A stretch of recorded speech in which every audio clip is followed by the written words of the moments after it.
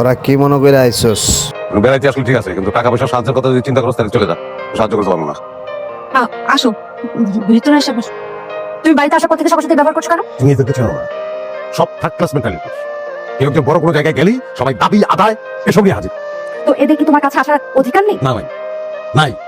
কারণ আমি বিবাহিত, আমার সংসার আছে, তোমাকে নিয়ে আমার সংসার, ভবিষ্যতে আমাদের বাচ্চা কাচ্চা হবে, তাদের নিয়ে আমার ভাবনা আছে, এবং সেই ভাবনাগুলো ছোট না, বড় ভাবনা। আমার বাচ্চা কাচ্চাদের নিয়ে তো আমি ভাববই, তাদের ভবিষ্যৎ দিয়ে ভাবতে গেলে তো আমি এদের দিকে নজর দিতে পারবো না, এটা সম্ভব না। তাদের দিয়ে ভাবার সময় তো আমার নাই আছে। শোনো, আপনার লোক অন্তত একটু দেখা করে যাই। ওরা তোমার অতীত, ওদের কারণে কিন্তু তুমি অফিসার রেজাল্ট হতে পারছো, আর তুমি এখন বলছো যে তাদের নিয়ে তোমার ভাবনা সময় নেই।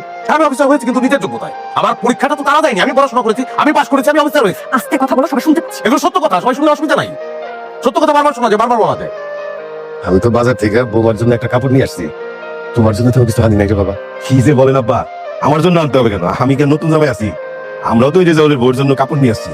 আর নতুন বউ ঘরে আসছে, আমাদের সবার দায়িত্ব না কাপড় দেওয়া। হ্যাঁ, এই যে বৌমা আইসা করছো, তোমার জন্য একটা কাপড় নিয়ে আসছি। তুমি তোমার শাশুড়ির কাপড় পরো, তার কাপড় তো পুরানো, সে খুবই লজ্জা পায়, সেই জন্য তোমার জন্য একটা নতুন কাপড় নিয়ে। কাপড় নিয়ে আসছেন? আপনার বৌমা কোন মার্কেট থেকে শপিং করে আপনি জানেন? কত নিচ্ছে এটা দাম? দাম জানতে হবে না, আমার এটা খুব পছন্দ হয়েছে। যেহেতু গ্রামে আসছো, একটু এসব রং ঢং করতে ইচ্ছে করতেছে, ঠিক আছে, কিন্তু স্মার্ট তো ঢাকা নিয়ে যেতে পারবো না।